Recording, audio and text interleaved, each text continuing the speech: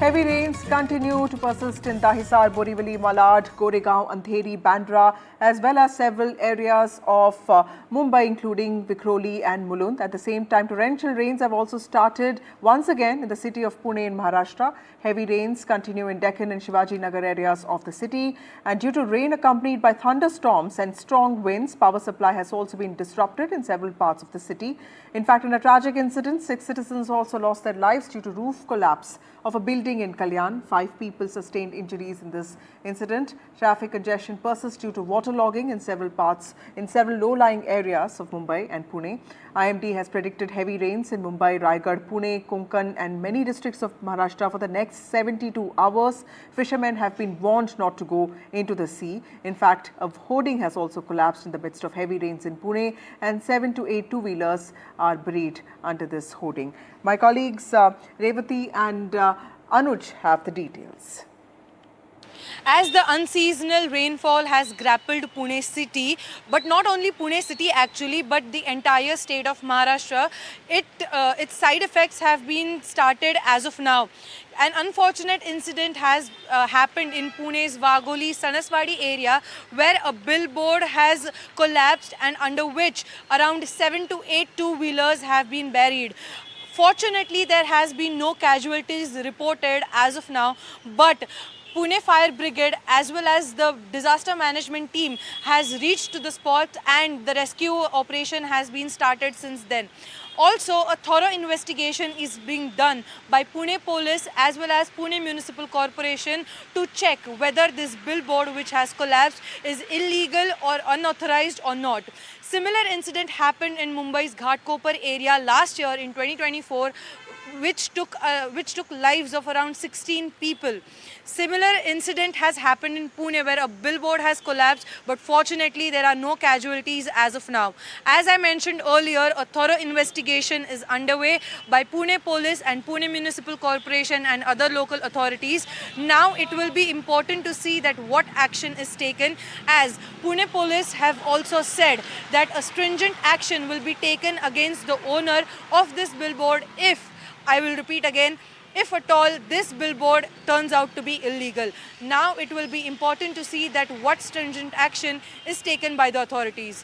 We've seen that since today afternoon there has been a considerable amount of rainfall being experienced in Pune, and as the evening approached, we saw the rain pick up its pace in Mumbai's suburbs, especially the northern suburbs, including areas like Dahisar, Versova, Borivali and Andheri. More importantly, these are the areas from where we're getting dramatic visuals as of now. And the Thane incident is, of course, in Kalyan as well. There has been considerable amount of rainfall, but there would be more reasons for the fall of that building, something that the Chief Minister's office has also assured that will be investigated thoroughly later on. But as of now, the administration has offered help to those who have lost to the families of those who have lost their lives in the particular incident. But as Revati was reporting earlier from Pune's billboard incident, fortunately we haven't heard of any deaths as of yet. Another top story of the day has also been about heavy rainfall and severe waterlogging in India's Silicon city, Bengaluru. In fact, the city is on a high alert for pre-monsoon showers, which happened on Tuesday due to cyclonic formations. According to authorities, 3 people, including a 12-year-old boy, have been killed in rain-related incidents on Monday. And here's a ground report that was sent by my colleague Deepak.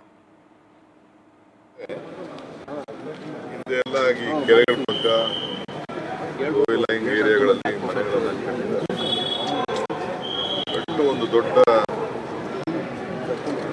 ನಿನ್ನೆ 3-4 ದಿನದಿಂದ ನಮ್ಮ officers ಕೇಳ್ತಾ ಇದ್ದೀನಿ.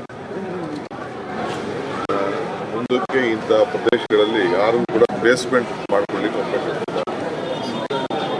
ಇದು ಕಾನೂನೇ ತಪ್ಪಿಲ್ಲ. ಏನದು ಮೇಲ್ಗಡೆ ಮಾಡ್ಬೋದು, ಬೇಸ್ಮೆಂಟ್ ಮಾಡದೆ ಕಾರ್ ಪಾರ್ಕಿಂಗ್ ಎಲ್ಲ ಗ್ರೌಂಡ್ ಫ್ಲೋರಲ್ಲೇ ಮಾಡಿಕೊಂಡು ಮನೆಗಳ ಮೇಲ್ಗಡೆ ಏಕೆಂದರೆ ಎಲ್ಲ ಕಡೆ ಈ ಥರ ಪಂಪ್ ಹಾಕ್ಕೊಂಡು ನೀರು ಮುಚ್ಕೊಳ್ಳೋದು ಮಾಡೋದು ಎಲ್ಲ ಕೂಡ ನಿನ್ನೆ ರಾಜರಾಜೇಶ್ವರಿ ನಗರದಲ್ಲೂ ಇನ್ನೂ ಗಮನಿಸಿದ್ದೀವಿ. ಮುಂದಿನ ಸುದ್ದಿನಲ್ಲೇ ಎಲ್ಲ ಚರ್ಚೆ ಮಾಡಿ.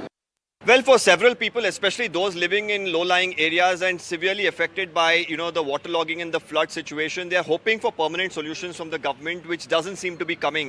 Here, for example, in Sai Layout, the situation remains quite, bad. And you can see right now an earth mover bringing certain people from their residential homes. There are small kids as well that are being brought. The civil defense, teams there, helping the residents. I saw earlier in the day food packets being delivered.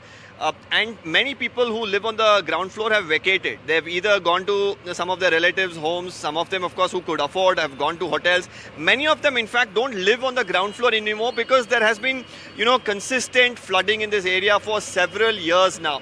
And here you can see the kind of problems that the people face. Here, once again, like I was mentioning, people, the only option before them is to leave. Now, here is a family that have packed their suitcase and they have made their way here. Now, the solution here, if you ask me, is in ensuring that the stormwater drains are declogged, that if there are people who've encroached on stormwater drains or the buffer zones, that is cleared at the earliest. But that is not done. That is what the government should really focus at. Let me try and have a word with this family. There's no electricity power past 3 days, and the water is like flooded over there. We cannot stay for a long time. Without water supply, you can understand, being there's a no lady. Electricity, there's no water. No. Okay. So being a lady, it's very difficult to stay. Yeah. So they supply food and water, but that is not the main thing, right? Apart from that, we have to do the other things at A home. young toddler as well. Is that your kid? Yeah. My brother's kid. Your brother's kid, okay. So there's no power. You couldn't sleep past 2-3 days, and a lot of mosquitoes because of this water and all those things. I'm sure. It's a difficult situation. I hope that the government will be able to find a permanent solution. Thank you for speaking to NDTV. Well, you can see, of course, like I was mentioning, food packets were given, but they're saying that without electricity, without water, there's only so long that they can stay inside. There's also a foul smell emanating because of the sewage mixed with this water as well. And like we were just talking earlier about the solution really here, this particular entire area, of course, is very close to a lake. More importantly, there is a stormwater drain that runs adjacent to this particular street itself. So there are rules pertaining to construction around the buffer zones of a drain. That has not been followed. So in the past as well, government has spoken about how they will clear encroachments, but that doesn't seem to be happening on a war footing. Now these sort of issues need to be fixed, and that's when you will finally see an end to such perennial problems. With video journalist Kumar, this is Deepak Bopana for NDTV. Moving on to more rain updates, a spell of heavy rainfall overnight inundated several residential areas of Guwahati in Assam, disrupting vehicular movement and also causing inconvenience to several residents in the city. In some local localities, in fact, rubber boats had to be used to ferry people. My colleague Ratdeep Chaudhary has this report. After massive overnight rains, parts of Guwahati are once again inundated. This has turned into an annual affair for this city, the biggest in the northeast, a city which is emerging as a growing business hub in the region. But massive waterlogging in parts of the city has completely paralyzed normal life, and this is not a one-day affair.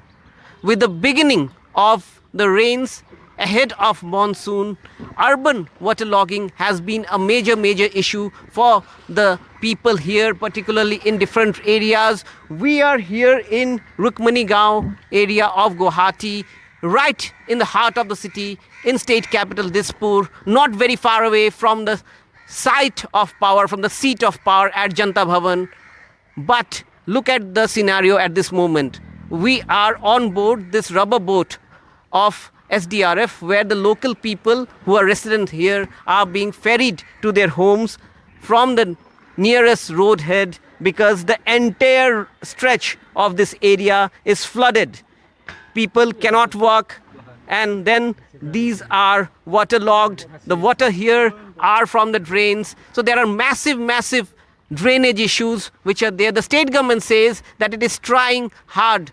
In fact, there have been measures taken by the government in terms of reducing this kind of incidents of massive flooding, massive waterlogging. In fact, the state government also claims that not very far from this area you have the foothills of Meghalaya, where there is massive deforestation, and therefore when it rains, both in Assam and Meghalaya, then huge volume of water rushes into these areas which are causing waterlogging. But having said that, locals here also complain that the drains are clogged and therefore the water actually cannot drain out that easily. This is a massive problem which the government is trying to solve, but it seems that people here, you can see the plight of the people. People can't go to their work, people can't go to their instead of emergency, medical emergency, it becomes very difficult to take a patient, or even the kids, the children cannot go to their schools. Meanwhile, a leader of West Bengal's ruling Trinamool Congress was involved in the violence of Murshidabad that broke out last month. That's what a report by a probe committee constituted by the Calcutta High Court has said. In fact, the report also said that the attacks which took place during passage of the Waqf Amendment Bill sparked a huge political row, were directed at Hindus, and when people called for help, police failed to respond. That's what the report has said. In fact, it also highlighted indiscriminate arson, loot and relentless destruction of shops and also malls. The report also said that local police were inactive, absent during incidents that happened in Murshidabad on the 11th of April. My colleague Shreyasi has the details. Well, it's a 16-page scathing report that the High Court panel has submitted before the division bench of the Calcutta High Court. In this report, it not only gives tales of how homes were vandalized, jewelry was stolen, money was stolen, cattle was looted, arson, vandalism was carried out, but also speaks about the role of the local representatives, the public representatives. It says that the local MLA visited the spot on 11th April when violence had unfolded in Murshidabad and went back, and the violence continued even on the next day. It also speaks about the local councillor who was present at the spot and had brought in these miscreants. Very, very incriminating, report against the state government and the role of the local Trinamool Congress functionaries in Murshidabad. It also speaks about the police inaction, despite being just 300 meters away from the village where violence unfolded. The police did not respond to SOS calls that were being made by the villagers.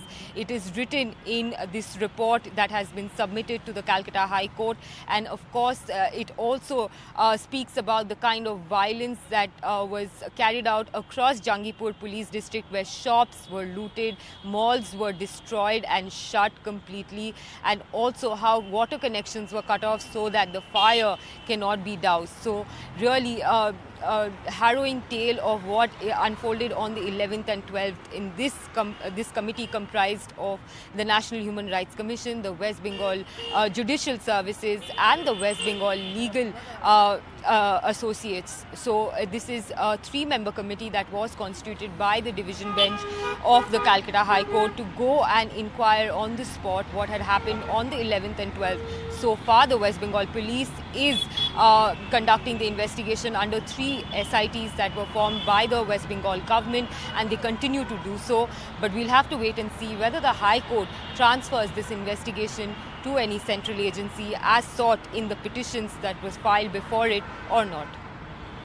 Meanwhile, there was a very critical Waqf hearing in Supreme Court today, and Supreme Court, during the course of this hearing, has made a big remark. There is a presumption of constitutionality in legislation that clears Parliament, and courts cannot interfere with such an act unless a glaring case is made out. That's what Chief Justice of India B.R. Gavai told petitioners who challenged the Waqf Amendment Act today, and this was during the course of the hearing. He also said that the Supreme Court cannot interfere unless there is a glaring case, and the Supreme Court hearing pleas challenging Waqf Act also has earmarked 3 key issues in this case. One, like we know, is the Waqf by user. There's also the controversial provision of nomination of non-Muslims to Waqf boards and councils, and third most important factor is the identification of government land under Waqf Center. Waqf, and of course the centre in the course of the hearing has reassured the court that no action will be taken on Waqf properties till Supreme Court decides on the future of this case. My colleague Nupur has the details.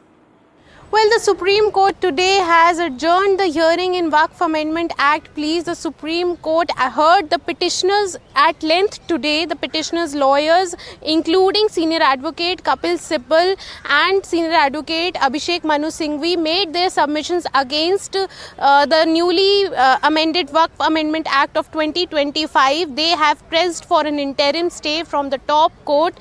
Now, the Solicitor General representing the centre is yet to make his arguments. The top court today heard the petitioner for an entire day. Tomorrow, the Supreme Court will be resuming the hearing and it will take up arguments from the centre's side.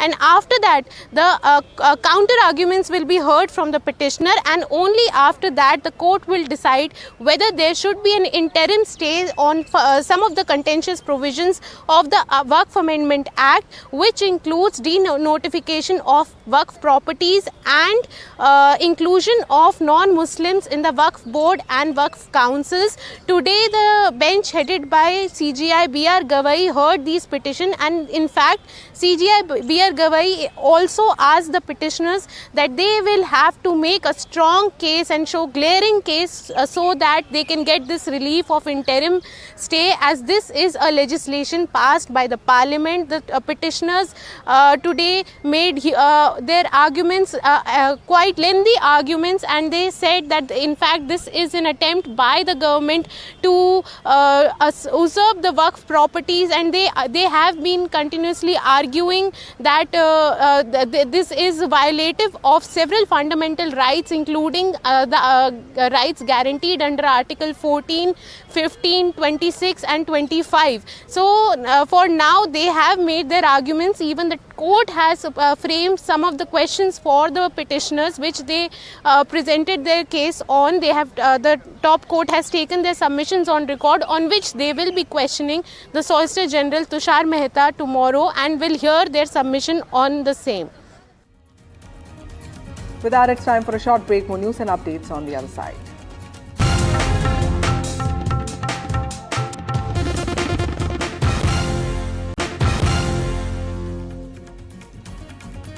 Well, Defence Minister Rajnath Singh has spoken again on Operation Sindoor, hailing the armed forces and said that it was precise action by Indian armed forces and that terror bases have been wiped out in Pakistan skillfully.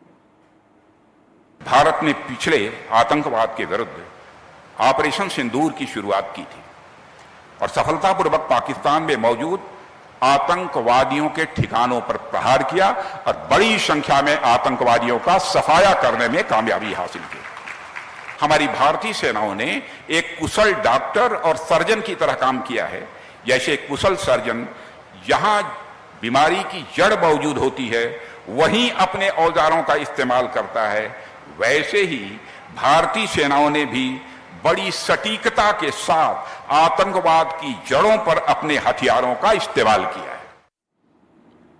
Meanwhile, NDTV is at high altitude LOC front line, and from there my colleague Vishnu Shom has sent this report. I'm in the greater Poonch area in an army post at an altitude of more than 10,000 feet. What I can tell you is that we are very close to Pakistani posts here, and several of the bunkers of the Indian Army that I can see are within 100 odd meters, if that, from the Pakistani posts, eyeball to eyeball, literally. Now, I can't show you the Indian Army posts, and I can't in this case show you the Pakistani Army posts which lie right next to them, because that would expose the location of our posts. But the features that you see behind me, all of these hill features here, that's all POK, Pakistan Occupied Kashmir. And many attacks which the Indian Army carried out were carried out on targets on those features. We hit them hard with artillery, with shoulder-mounted missiles. There was mortar fire as well. Drones were used by both sides, and several specific targets were taken out. The goal over here is to prevent terrorists from coming in. These were terrorist launch pads, among other targets which were taken out. The firing during Op Sindoor, which remember is not over, was extremely, extremely intense. And posts like this of the Indian Army, where I'm at, came under intense fire, but they retaliated very heavily indeed. Senior officers over here tell us that they remain on a very high state of alert, that if there is any provocation from Pakistan, for example, a ceasefire violation, which we've seen even after Pakistan wanted the ceasefire, then the Indian Army will retaliate, and retaliate very hard. I'm joined now by a colonel who I unfortunately cannot name because we've got pretty strict rules of conduct at this stage. To give us a few ideas about the extent of shelling and what really took place. I think before we talk about the shelling, your goal and the goal of your men was to hit targets in POK, which lie just a close distance away, right? Yeah. See, first of all, I want to assure you that the mistake which enemy did on the intervening night of 6th and 7th May, he has been punished in a manner that he will think at least 100 times before doing the same mistake. So that is what I want to confirm to you and I want to assure you. And now coming on to the execution part of Ops Sindoor. Yeah. I would say that we are a professional army, and as a professional army, we are on training. We are carrying out training 24/7 and full year. So it is an ongoing procedure, ongoing activity. So, and we train 24/7 for the full year, keeping in mind that as and when we are given the task of executing a mission like Ops Sindoor, so we should be able to execute it in the correct manner, the way it is supposed to be, and the way it is being asked for from our higher headquarters. Yeah. So exactly on the same way, on the intervening night of 6th and 7th May, we just had 2 mortar bombs fired by the enemy onto this exact location where you are standing. And I assure you that within 3 minutes of we receiving the fire from the enemy, with pre-coordinated fire plan, pre-planned fire assault plan, we destroyed enemy's 13 posts. 13 posts? 13 posts in terms of bunkers, you can say. Yeah. And I want to confirm to you once again the same thing, that the timing was just 3 minutes. And the training was of such high standard that every Jawan knew that on the word given by the commander and the our higher headquarter, which weapon he has to fire, and for how much duration he has to fire, which post he has to fire. So that was the result, that we could inflict the maximum casualty onto the enemy. And also at the same time, it was the procurement of new generation equipment, weapons, surveillance devices, and the other highly technologically qualified and the highly technologically advanced weapon system, which was procured by us, and we could inflict the maximum casualty onto the enemy.